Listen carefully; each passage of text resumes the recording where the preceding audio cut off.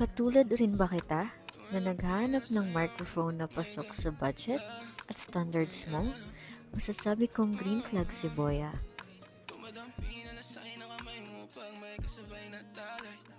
This is how I sound with the Boya microphone. And this is how I sound without the Boya microphone. Kaya kung gusto mo ng crisp at crystal clear na audio, Boya is for you. And tatry natin, may naglalaro ngayon ng video game sa likuran ko. Tatanggalin ko yung receiver. So, ito na yung receiver. At dyan may naglalaro sa likuran ko ng video game. If you compare the audio quality kanina versus ngayon, hindi mo na maririnig yung nag-video game tsaka yung mismong aircon na malapit sa akin. Additionally, yung boses ko right now is on very low